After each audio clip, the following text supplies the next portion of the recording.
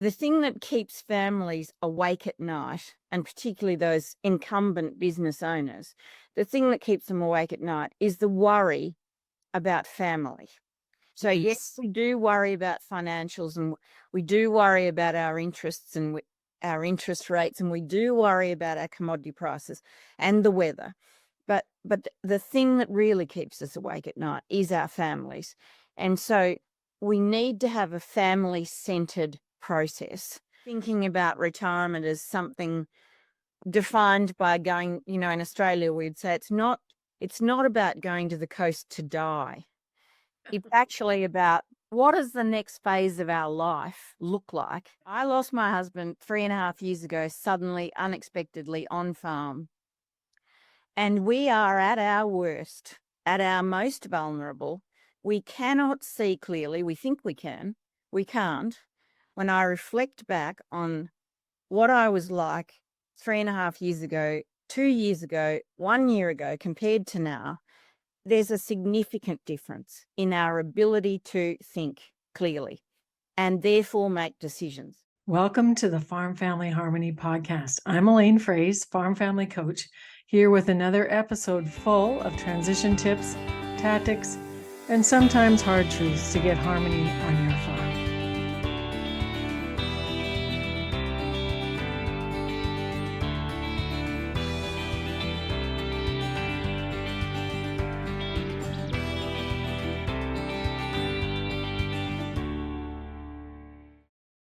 Hi, everyone. It's Elaine Froese, Farm Family Coach, coming to you with the Farm Family Harmony podcast. And I am super excited to have Isabel Knight with us. And Isabel is from what we would call down under, from Australia.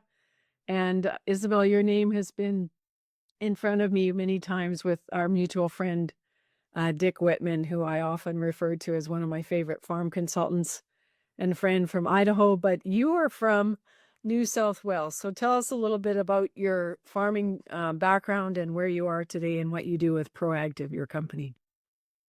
Thanks, Elaine. Thank you for asking me to come on. This is such a pleasure for me. I grew up on a family farm in southern New South Wales in an area called the Riverina. And I saw my dad was one of six, and saw them, all farmers, challenge they back in the day, there was a very different economic reality. Farmland prices correlated with farmland returns. And so bigger families who had their own workforce could basically expand quite easily. And so there wasn't the need in the same way there is today for organized and strategic succession planning in the same way.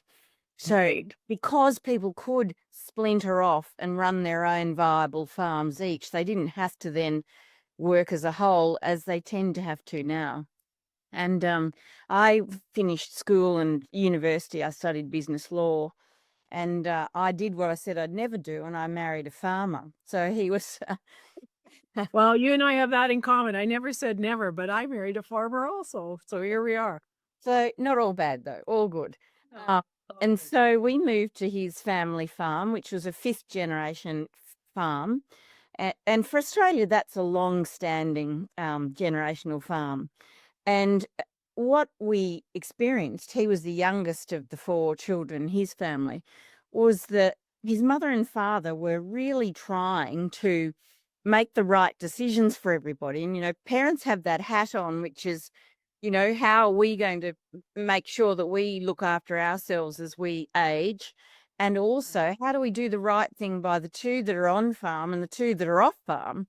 And how do we provide opportunities when we've only got this one pot that seemingly can't do everything? So it was quite the challenge, and there were no real processes in place for families to go through something to get to outcomes that worked for them with support. Because let's face it, especially back then, farmers were very good at operational farming and often quite strategic about the farming aspect. But that whole business management aspect was something they hadn't had the opportunity to learn or even become aware of to some extent. So I saw this ad hoc system where, the accountant had a bit of a go, and then a solicitor had a bit of a go, and somebody else. And it was all terribly ad hoc and nobody was getting anywhere. And I could see that this was symptomatic of just not understanding some of the key principles of business management as businesses were growing quite quickly. And so that was when I decided this was the sort of work that I really wanted to do because it seemed so meaningful. So I studied psychology then, understanding that front end soft skills side of it is incredibly important to establish needs before we get to solutions. So yeah. Isabel, so you're telling me that it's important to understand that emotions actually drive planning? Is that important? Oh my word. It's business. Let's just keep emotion out of it. I know. Woe betide anybody, though, who doesn't think that there's some psychology behind, and let's face it, a business is to deliver outcomes for the people. It doesn't come the other way around. And so it's the people who drive what the business has to do. And most of that, we're all human, and most of that is driven by, our own needs, which are attached to our emotions. And so, we're retiring, some of us don't want to do nothing. Some of us want to have a complete change. Some of us want to stay on the farm. We're getting older and more vulnerable. There's psychology associated with aging. Then we've got the young bulls that are landing in the pen and they're all ready to spar and do their best and take on risks. And, and then we've got other family members who've got incredible education often and other experiences who can add something significant, and often the door's closed on them. And sometimes the opportunities for those people need to be addressed earlier rather than when mums and dads die. So I think there's so much involved that it's important to understand all those dynamics. Well, when you were in Kansas City last year, I think last May, with our coach Lydia Carpenter, she had a lovely time with you, and I was quite jealous that I couldn't be there to hug you and talk to you face to face. But we have this opportunity now, and I think this is episode 43, and I've called it "How to Navigate Parents Who Go Soft with Children in Transition." So I think, Isabel, what speaks to me is ProAgtive, the work that you do in your firm with your facilitators is really unique because you have the mindset of the farmer, obviously, because you understand the culture of farming. But what struck me that's on your website, two things. This is not an event. It's an ongoing process. And the other thing that your website declares is we value family over everything else. So can you describe to our listeners, because the way you see the world of farm transition, or what you would call in Australia succession, we use the word farm transition more here in Canada, but the way you approach families is very much the same way Farm Family Coach approaches families. So just give the listeners a sense of hope of what you see as a good process to use, because you've really honed it well, I think. Well, we've been ProAgtive has been working with farming families for over 20 years, and I worked in a major bank prior to that. So yes, I've been doing this for 25 or 6 years. I think the thing, harking back to, the thing that keeps families awake at night, and particularly those incumbent business owners, the thing that keeps them awake at night is the worry about family. So yes, we do worry about financials, and we do worry about our interests and our interest rates, and we do worry about our commodity prices and the weather. But the thing that really keeps us awake at night is our families. And so we need to have a family-centered process because we're understanding and acknowledging that matters enormously. But that needs to be also within the scope of a structured process. Map. Supports us. Yeah, a map, a pathway. Now, that can be tailored for the individual needs of families, of course, but we have to have that safety and security of a process and a roadmap. So that's what we've developed. So we always work as pairs, as facilitators, mostly mixed gender, male and female, usually with different backgrounds and experiences, but all of our facilitators have, but their origins are in family farms. So they've grown up in family farms, some of them still associated with them, some not. But that intrinsic understanding is important to be able to build rapport. So They can speak the language clearly. they can, that's right. And they bring something to the family's table so that they have other experiences as well that helps this family. We're holding a family through a very uncomfortable space, and that's over a long period of time in many cases. And so we're starting by working together as family and facilitators. Then we are sending out questionnaires where everyone in the family, including all partners and in-laws, and also key people in businesses that may not be family, so that everyone is asked to complete a questionnaire. Those who are involved in the business will complete one that's different to those who are not. And then we'll be seeking at least 5 years worth of financial information, because we're going to be putting together a spreadsheet to look at how this business has been operating, trending. Sometimes we've got to break down all the enterprises, because sometimes there may be somebody being given an opportunity via an enterprise. Yes. We need to know that that enterprise is doing what they're assuming it's doing before we You mean it decide. might be profitable? It might be profitable. That's right. Might be a good one to want to be in. Absolutely. You know, an example of that is a big family who worked with dryland cropping, irrigation. They had a farm produce business. They had a feedlot which did custom feeding and feeding their own. So and sheep enterprise. They were busy people. And this business every year on average pumped out a significant profit. Great bottom line. However, when we drilled down, there was some talk of daughter and son-in-law taking over the feedlot. When we drilled down, the feedlot was losing money every single year.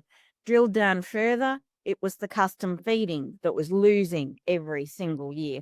So addressing that meant that that could be turned around. But how awful that it would have been had they have said, here you go, daughter and son-in-law, here's the feedlot, and operate as is. That would have been devastating. So we have to be very responsible in that space. And often farmers are not across those numbers in the same way they need to be. And I think that's often what blocks them. They know that to some extent. So we do a lot of that work. And in that phase, we interview everybody individually or as couples. And what we're doing is we are preparing family members to bring their best selves to the family table whenever that happens. So if some people need certain support in areas, they get that support in preparation. If there are perspectives that they haven't considered, then we'll be placing those perspectives in front of them, usually using other examples, so that they can start to broaden their thinking a little sometimes. Mums and dads usually have to do a fair bit of preparation in the coming to the table unified. Like mums and dads, they meet and they fall in love because they're different. And of course, 20, 30, 40 years down the road, we're still different.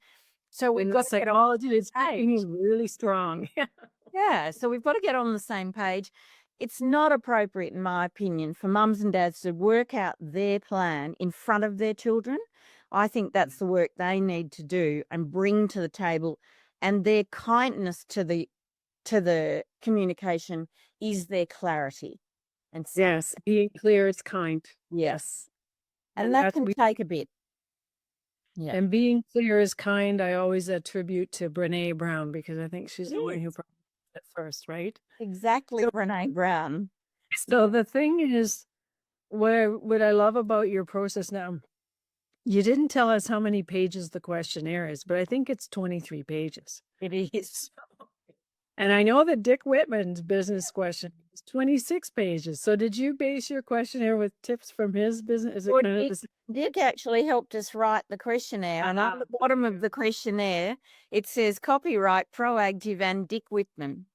Still to this day. Yeah, well, then I have a copy of that same questionnaire. It's fabulous, because it also talks about the history and where the farm came from and reaching the goals and all the good stuff.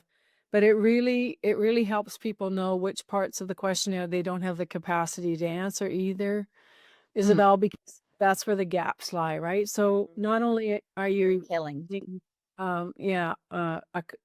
facilitators to help pull together this information, but you're also planting the seed, from what I heard you say about looking at the challenges, like the pain of not knowing that the feedlot operation and the custom feeding business are actually money losers. So we don't want to cast that onto your responsibility unless we have a plan to turn this around financially. So we titled this podcast with your input, How to Navigate Parents Who Go Soft with Their Children. So explain to us that Australia saying, what does going soft with the children mean? Because I have found in my experience, if mom and dad are not agreed, like you say, do not have the same vision going forward, you're really stuck.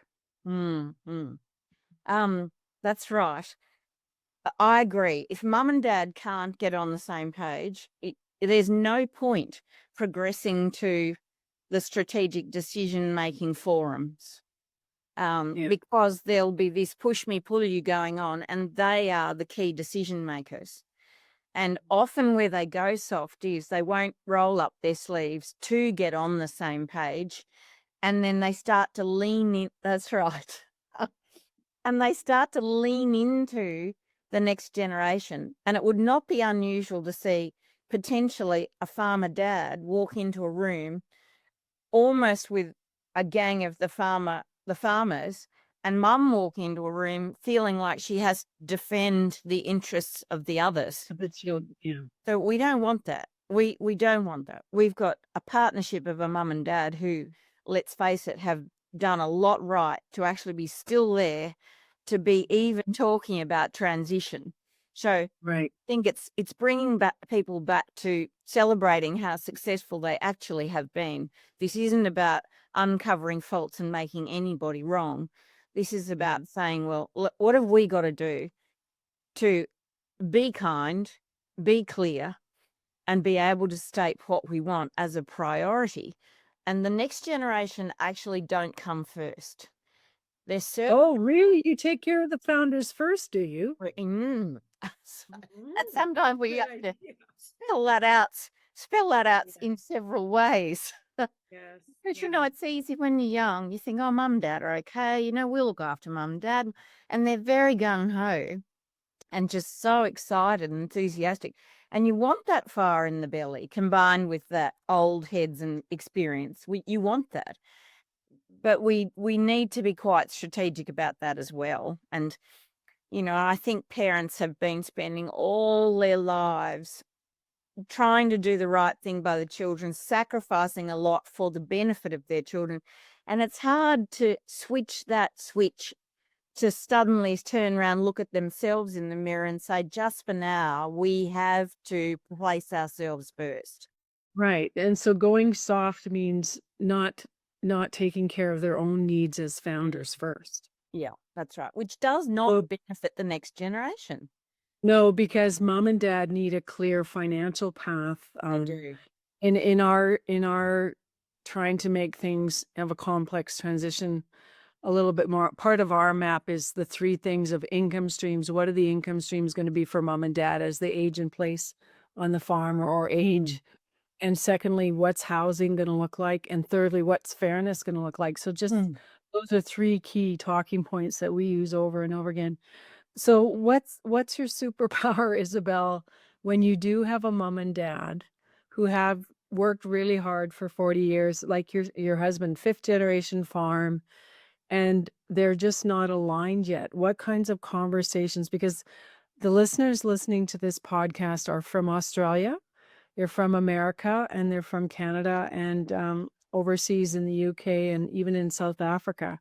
So a lot of people, I think, are dealing with parents who say, oh, you know, I'm okay. But what exactly do you do to make sure the parents are actually getting what they need?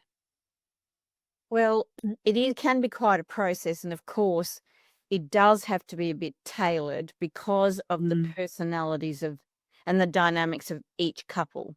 And each couple is quite different. And sometimes the past speaks to the future. So sometimes what they experience themselves will either be repeated or they'll be trying to do the opposite. And sometimes in trying to do the opposite, they're doing the same. So we're really working with them in that space around how they see the future and not thinking about retirement as something defined by going, in Australia, we'd say it's not about going to the coast to die. It's actually about what does the next phase of our life look like? And if we're in good health, what would it ideally be like? And sometimes mums and dads, they don't want to do the same things, and that's okay too. Where is it written that you have to? Yeah, that's right. And I think too, it's and also having contingencies for if, mostly we don't die together. Mostly one of us predeceases the other. And that leaves us incredibly vulnerable. And in Australia, statistically, it would be a woman who would be left. And so, and often it'll be a woman who will say, well, if he wasn't here, I think I might choose, mostly, this is generalizing, I might choose an easier life. I might choose to go to our local town or where my siblings are or whatever. And that requires capital. So it's important to have those conversations so that the capital is somewhere allocated, either in a bank account, in a hedged, already purchased property, or on a balance sheet, so that we know we're earmarking capital for that purpose. And aged care also in Australia has become a significant issue because it actually takes significant capital. Thousands and thousands of dollars. Six in Canada, 4,000. We call that long-term care or assisted living that turns into long-term care. That's right. Thousands of dollars. Just from what you're saying about contingency, I just wanted to give a practical tip to the listeners too. If you just take a white index card and write what if, and just on each index card, what if dad dies first? What if mom dies first? Just a whole bunch of what if scenarios. What if one of you gets sick?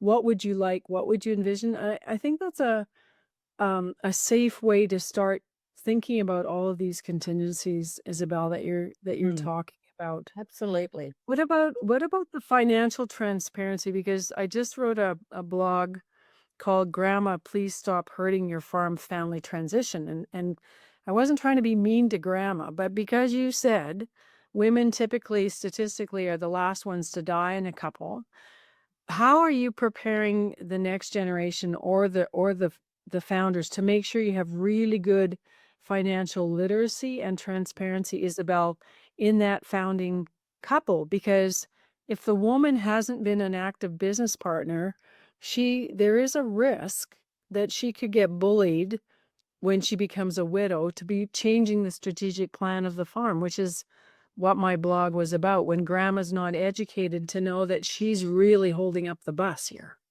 Yeah, I absolutely agree with you. It's terribly important. And I think the thing is, starting a process like this early enough means that you're developing what we call succession, you call transition plan. You're also developing a business plan that sits with that transition plan and an estate plan.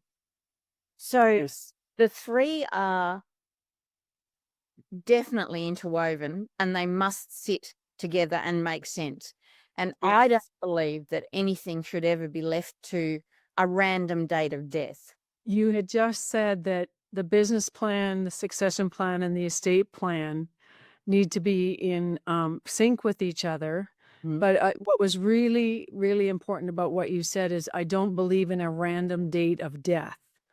So tell us more about how that looks for executing those plans to have timelines. I think that's what you were intending. Well, I think businesses, well, certainly in Australia, and I'm sure across the world, farm businesses need time to deliver outcomes. Time is actually our greatest friend. And if we start earlier and we are clear about what needs to be delivered over time, and what our priorities are for that one after-tax dollar that we earn, then and we're all on the same page about that. We build what we call capital allocation plans. So at the bottom of our budgeting process is rightio. We've got the $1. We can't spend it 3 times. How are we prioritizing this? And so transitioning is ideally happening early enough so that grandma, for example, she's not left with the burden and the responsibility of having to make decisions about whatever suddenly landed in her lap because she's just lost her husband. Yes. That transition should necessarily have happened much, much earlier. And grandma should be safe and secure and not sitting there white-knuckled worrying about what she has to do. Because let's face it, I lost my husband 3.5 years ago, suddenly, unexpectedly, on farm. And we are at our worst, at our most vulnerable. We cannot see clearly. We think we can. We can't. When I reflect back on what I was like 3.5 years ago, 2 years ago, 1 year ago, compared to now, there's a significant difference in our ability to think clearly and therefore make decisions. So we must never leave key decision making to anyone who's in a situation where they are bereaved. Yes. Neither should we leave a random date of death to be the date that something is suddenly delivered. You'll read wills and it'll say, oh, because I gave Johnny the farm, I'm going to give Sally $1.5 million the day I die. And the farm's maybe just bought the property next door. It's maybe just bought a retirement home from mum, blah, blah, blah. And suddenly dad dies. And of course, farmers all die at the most inopportune times. And so, suddenly because a will gets read, we put the for sale sign on the front gate because we put everything under too much pressure. And then we blow up our relationships, which are already tenuous because we're all grieving. So we've really got to be practical about thinking about this and do all this while we're both hale and hearty and we're sitting in rooms together working this out. And you think that's hard work. It's hard work when someone dies. That's when the rubber really hits the road. So I think people often can't imagine that they're going to be that person. But we have to ask the what if questions, and we're bringing time forward saying, well, we don't wish this upon you, but isn't it Murphy's law that if you get organised, it won't be you? If you're not, could be you, universe somehow. At least you would be prepared. So Isabel, you and I could talk for hours and hours, and I just get goosebumps when you talk about your own scenario, because my husband had a farm accident in January this year and degloved his hand in a conveyor, and there's been other accidents, and it's trauma.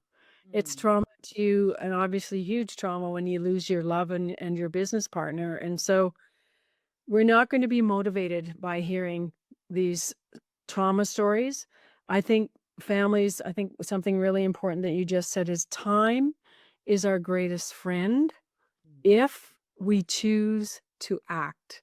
Because I am known for saying procrastination and conflict avoidance is killing agriculture all over the world. And so pushing all of these things into the future is not going to be helpful. So for folks who want to find you, ProAgtive is spelled ProAgtive.com.au.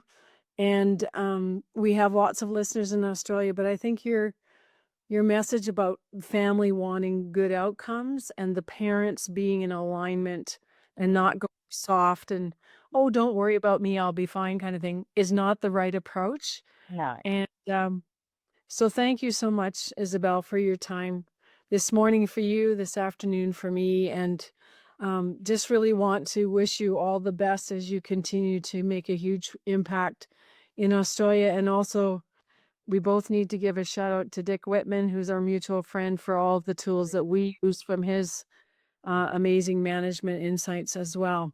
So what would your parting word be for families who want to navigate parents who go soft? What's the main thing? I think it is to have those open, be confident in a conversation with them about they matter too. It's important that they get what they need. Absolutely. And that you're prepared to prioritize those needs and do the work that's required to make sure that everybody in the family has an opportunity. That does not mean carving the balance sheet up into individual equal pieces necessarily, but to be able to give everyone some modicum of opportunity is the gift that agriculture can still give, and it does still give. And the opportunity that we say in finding fairness in farm transition is helping everyone in the family be successful. That's right. And we get definitions from each person differently what that looks like. So I wish you all the best with your practice and look forward to seeing more of your work. And just want to give a shout out to our listeners who've been sharing Farm Family Harmony podcast with friends. When we're recording this in the early April, we've had over 22,000 people listen now over the last 4 seasons and up to 5,000 almost sharing it abroad all over the world. So we wish everyone the ability to be clear, to be kind, to share their story. And Isabel, please give greetings to Allison and the rest of your team for all the good work you're doing in Australia. Blessings on your journey. Thank you, Elaine. Thank you very much. Thank you so much. Please share this far and wide. Bye for now, folks. Bye.